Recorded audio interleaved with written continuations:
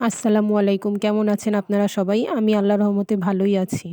আজকে ঘর গুছানো দিয়েই আমার ব্লগটা শুরু করছি। শীতের মধ্যে কোনো কাজই করতে ইচ্ছা করে না, কিন্তু ঘরের কাজ, সংসারের কাজ তো অবশ্যই করতে হবে।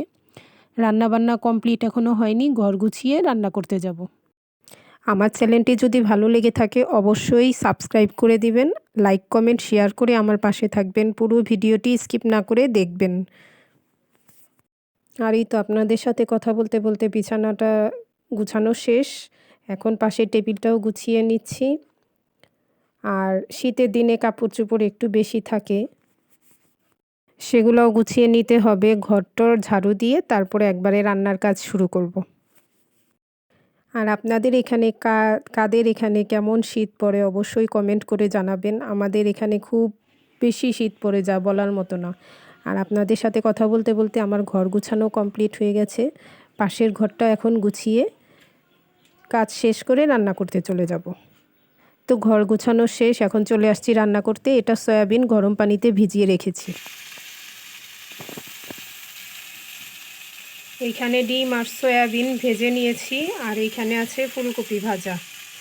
ডিম সয়াবিনের তরকারি রান্না হবে, আর ফুলকপি ভাজা খিচুড়ি দেওয়া হবে। আর এখানে ডিম সয়াবিন তরকারির জন্য আলু কষা নিতেছি। এই যে খিচুড়িটা হাতে মাখানো হয়ে গেছে। চাল, ডাল, আলু, আদা, রসুন, পেঁয়াজ, গরম মশলা, ধইনা গুঁড়া, জিরা গুঁড়া, লবণ দিয়ে ভালো করে মেখে নিয়েছি। তেল দিয়েছি। এখন এটার মধ্যে ফুলকপিগুলো দিয়ে দিব। এটা হচ্ছে ভাজা ফুলকপি। এখন এটা রাইস কুকারে রান্না করব। এই তো রাইস কুকারে দিয়ে দিয়েছি খিচুড়ি। হালকা ভেজে নিব, ভেজে নিয়ে গরম পানি দিয়ে দিব। এখানে আলুর মধ্যে ঝোল দিয়ে দিয়েছিলাম। এখন এই যে সয়াবিন আর ডিম দিয়ে দিচ্ছি।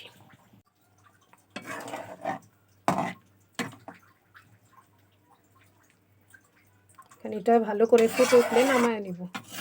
নামানোর আগে কাঁচামরিচ দিব।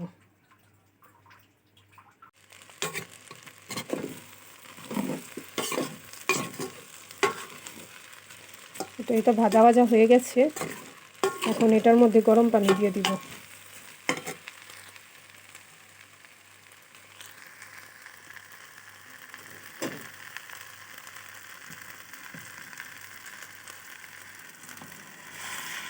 বিসমিল্লাহ।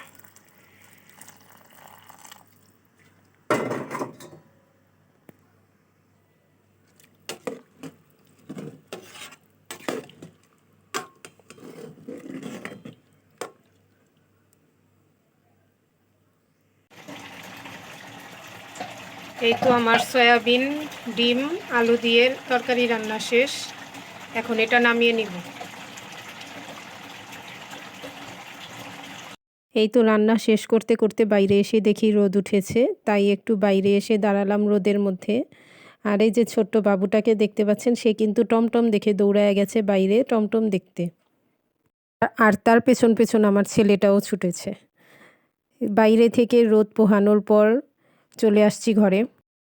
আর এই তো দুপুরের খাবারে আজকে ছিল ভুনা খিচুড়ি, সয়াবিন দিয়ে ডিম আলুর তরকারি, আর একটু বাঁধাকপি ভাজি।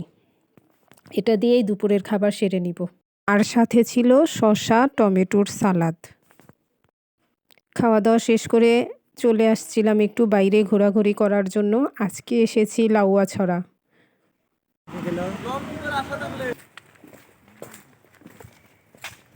যে এখন আসছি আমরা লাউয়াছড়াতে। অন্ধকার হয়ে গেছে, এখন বাজে বেলা 3টা, কিন্তু অন্ধকার, রোদ উঠেনি। কিছু সময়ের জন্য রোদ ওঠার পর আবার যখন বের হয়েছি তখন রোদটা চলে গেছে। বাইরে বের হয়েছিলাম, কিন্তু ভালো মতোই ঠান্ডার মধ্যে ঘুরতেও ইচ্ছা করে না। তারপরও কি করব, বের যখন হয়েছি ভাবলাম একটু ঘুরেই যাই। আর এই জায়গায় একা আসাটা খুব ভয় করে। এখানে বানর, আরও বিভিন্ন ধরনের পশু পাখি, হিংস্র পশু পাখিও এখানে আছে। বড় বড় অজগর সাপও শুনেছি এখানে আছে। এখানে কয়েক শত বছর পুরনো গাছও আছে, কিছু কিছু গাছ দেখলাম মারা গেছে, গাছগুলা কয়েক শত বছর পুরনো, ব্রিটিশ আমলের গাছ। এই যে সামনে যে গাছটা দেখতে পাচ্ছেন, এই গাছটা একজন স্থানীয় লোক বলল অনেক আগেই মারা গেছে। এই যে আমরা হাঁটতে হাঁটতে চলে আসছি রেল লাইনের পাশে, লাউয়াছড়ার ভিতরেই এসে দেখতে পারলাম বানর। বানরগুলা বসে বসে চানাচুর খাচ্ছে, কেউ হয়তো দিয়েছে, চানাচুরগুলা খাচ্ছে। বানরের সাথে ছোট ছোট বানরের বাচ্চাগুলোও ছিল।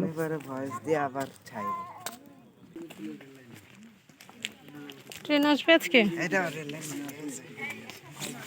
গত বছর না, এর আগের বছর পাইছিলাম। আমি একটু হাইটা আসি সামনে। জিসা নাই?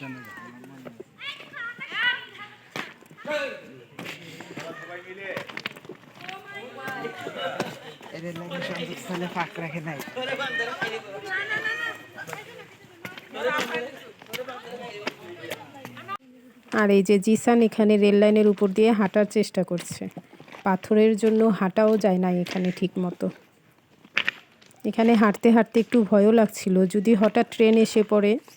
এজন্য বেশি দূর যাওয়ার আর সাহস করিনি, চলে আসছি অন্য জায়গায় ঘোরার জন্য।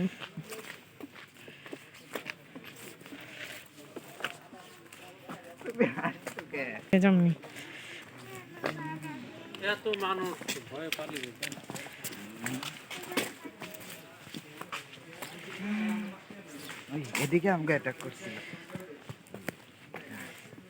এটা কত আগে।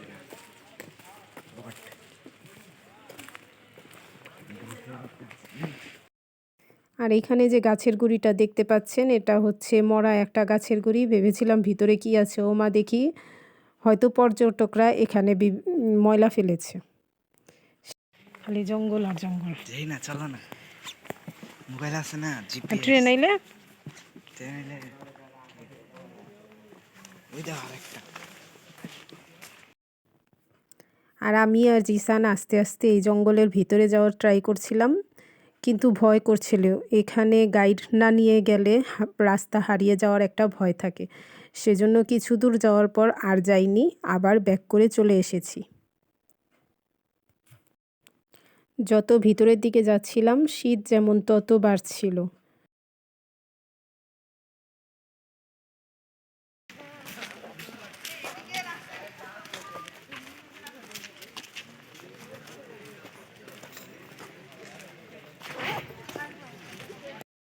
লাউয়াছড়ার বেশি ভিতরে আর যাইনি, আবার চলে আসছি রেল লাইনের পাশে। দেখি রেল লাইনের পাশে অনেক মানুষ দাঁড়িয়ে আছে, হয়তো এখন ট্রেন আসবে এই জন্য।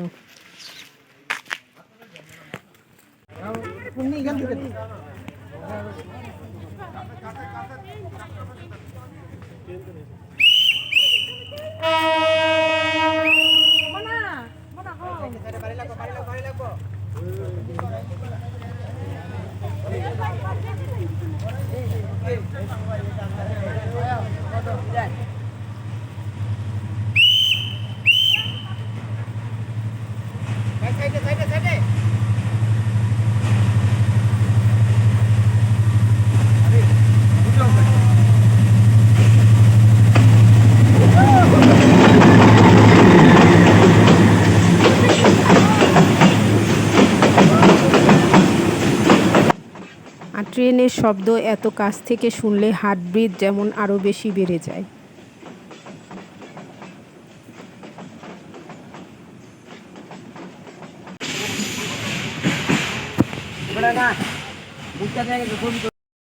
আর ট্রেন দেখে এখন আমরাও বের হয়ে আসলাম। বাইরে দেখলাম নানান ধরনের দোকান বসেছে, একটু দোকানগুলো ঘোরাঘুরি করলাম।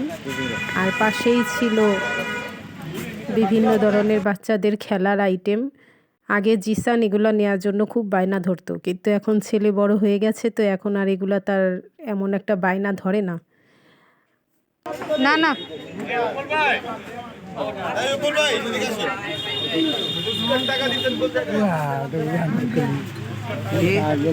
কি এটা, কি ফল? মানে এটা আপনাদের এখানে হয় ছোট ছোট, খাওয়া যায়, তাই না? সস্তানি জিনিস হ্যাঁ একটা নিতে হ্যাঁ রেডি করে রাখছি এটা সুন্দর করে প্রসেসিং করে দিছি একটা খাইলে আরেকটা খাইবেন না খাইলে মিস করবেন একটা হইলে মাত্র 50 এই যে আছে এদিকে একটা এটা 50 বেশি দাম বেশি হয়ে যায় আবার আইটা একটা 100 টাকা বেশি কষ্ট হয় আমরা তো কমে বেশি আমরা গাছের মাল তাও অরিজিনালটা পাইতে হয় না শ্রীমঙ্গলের মঙ্গলের না এটা কমলগঞ্জের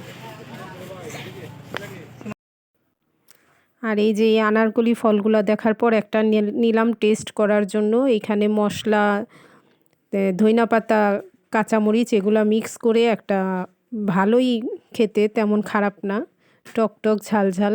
ছেলে খাচ্ছিল কিন্তু ছেলের কাছে তেমন একটা ভালো লাগেনি। ছেলে টেস্ট করার পর আমিও একটু টেস্ট করে দেখেছিলাম, আমার কাছে বেশ ভালোই লেগেছে ফলটা।